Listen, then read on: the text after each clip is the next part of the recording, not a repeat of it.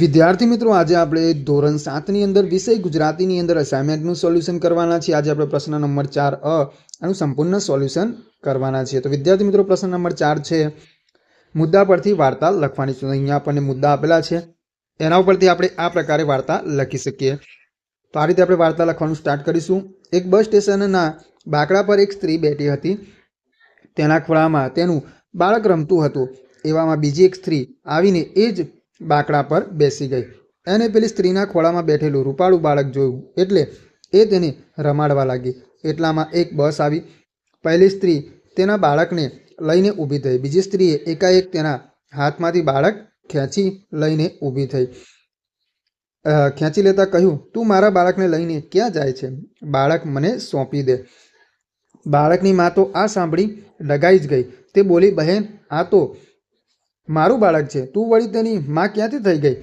બંને સ્ત્રીઓ બાળક માટે ઝઘડવા લાગી. ત્યાં લોકોનું ટોળું જમા થઈ ગયું. છેવટે બંને સ્ત્રીઓ ન્યાયાધીશ પાસે ગઈ. ન્યાયાધીશે એ બંનેની વાત ધ્યાનથી સાંભળી. પછી બંને સ્ત્રીઓને સમજાવવાનો પ્રયત્ન કર્યો, પણ બંનેમાંથી કોઈ સ્ત્રી તે બાળકને છોડવા તૈયાર ન હતી. ન્યાયાધીશે વિચાર કરીને ન્યાય તોલ્યો.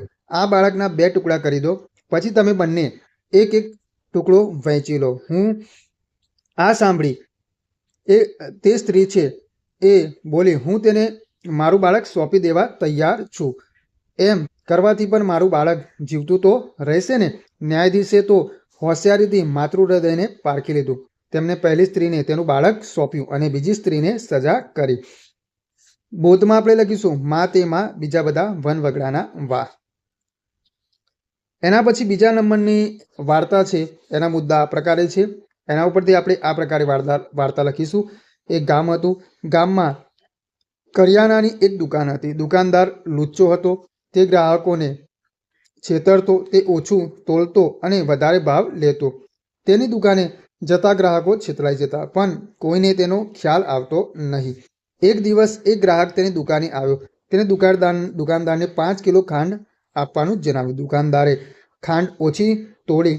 ગ્રાહકે આ જોયું. તેને દુકાનદારને પૂછ્યું, કેમ ભાઈ ખાંડ ઓછી તોડી છે? દુકાનદાર લુચ્ચું હસ્યો અને બોલ્યો, સારું ને, તમારે વધારે વજન ઊંચકવું નહીં પડે. ગ્રાહક પણ દુકાનદારના માથાનો હતો. તેને દુકાનદારને બરાબરનો પાઠ ભણાવવાનો નિશ્ચય કર્યો. તેને દુકાનદારને ખાંડના ઓછા પૈસા ચૂકવ્યા. દુકાનદારે પૈસા ગણી જોયા. પૈસા ઓછા હતા. આ જોઈ દુકાનદારે ગ્રાહકને પૂછ્યું, કેમ ભાઈ તમે મને ઓછા પૈસા ચૂકવ્યા? ગ્રાહકે પણ હસતા હસતા જવાબ આપ્યો, અરે ભાઈ, તમારે વધારે પૈસા ગણવા ન પડે એટલા માટે. આટલું બોલી ગ્રાહક ખાંડ લઈ ચાલતો થયો. દુકાનદારને પોતાની ભૂલ સમજાઈ. ત્યાર પછી તેને પોતાનો વ્યવહાર સુધાર્યો. બોધમાં આપણે લખીશું આ વાર્તા પરથી બોધ મળે છે કે આપણે જેવા સાથે તેવા થવું જોઈએ. એના પછી ત્રીજા નંબરની વાર્તા છે. એના મુદ્દા આ પ્રકારે છે અને વાર્તા આપણે આ પ્રકારે લખીશું. અકબર બાદશાહનો દરબાર ભરાયો હતો. દરબારમાં અનેક વિદ્યાર્થીઓ હતા. તેઓ જુદા જુદા વિષયો પર ચર્ચા કરતા હતા. બિરબલ તેના રમૂજી સ્વભાવથી બધાનું મનોરંજન કરતો હતો. એકાએક અકબર બાદશાહને વિચાર આવ્યો કે ગામનું તળાવ સુકાઈ ગયું છે.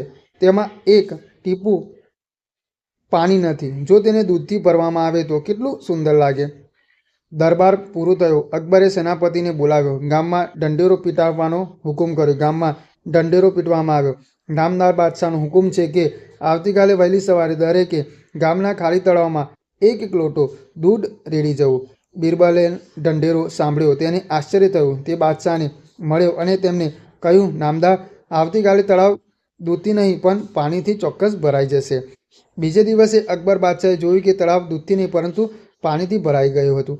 બાદશાહને ખૂબ જ આશ્ચર્ય થયું. તેને બિરબલને આમ થવાનું કારણ પૂછ્યું. બિરબલે કહ્યું, નામદાર, સોનું કામ તે કોઈનું નહીં. દરેકે એમ વિચાર્યું કે બધા લોકો લોટો ભરીને દૂધ રેડવાના છે. હું એકલો એક લોટો પાણી રેડીશ તો કોઈને કંઈ ખબર થોડી પડવાની છે કે મેં એક લોટો પાણીનો નાખ્યો છે. આમ વિચારીને બધાએ દૂધને બદલે પાણી રેડ્યું. બોધ. આ વાર્તા પરથી બોધ મળે છે કે સોનું કામ તે કોઈનું નહીં. દરેકને વ્યક્તિગત જવાબદારી સોંપવી જોઈએ.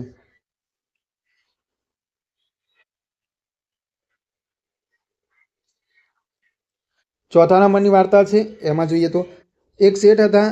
તેમની કાપડની એક મોટી દુકાન હતી. તેમની દુકાનમાં અને ઘેર કેટલાક નોકરો રાખ્યા હતા. એક દિવસ શેઠના ઘરમાં ચોરી થઈ.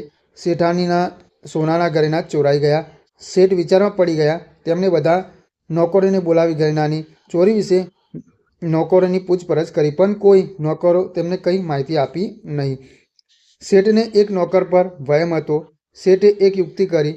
તેમને બધા નોકરોને સરખી લંબાઈની લાકડીઓ આપી અને કહ્યું, તમારામાંથી જેને ઘરેણાની ચોરી કરી હશે તેની લાકડી આવતીકાલે 5 સેમી જેટલી વધી જશે. બધા નોકરો લાકડી લઈને જતા રહ્યા. જે નોકરે ઘરેણાની ચોરી કરી હતી તે ગભરાયો. તેને વિચાર્યું કે ચોક્કસ તેની લાકડી 5 સેમી જેટલી વધી જશે. તેથી તેને અગાઉથી જ તે લાકડી 5 સેમી જેટલી કાપી નાખી. બીજે દિવસે શેઠે નોકરને એક પછી એક બોલાવ્યો અને દરેકની લાકડી તપાસી. તેમને એક નોકરની લાકડી 5 સેમી ટૂંકી માલુમ પડી. શેઠે તે નોકરને ધમકાવ્યો. નોકરે ઘરેણાની ચોરીની કબૂલાત કરી. તેને શેઠને ઘરેણાં પાછા આપી દીધા. શેઠે તે નોકરને કાઢી મૂક્યો. શેઠની યુક્તિ સફળ થઈ. બોધ, આપણે કરથી કામ કરવું જોઈએ.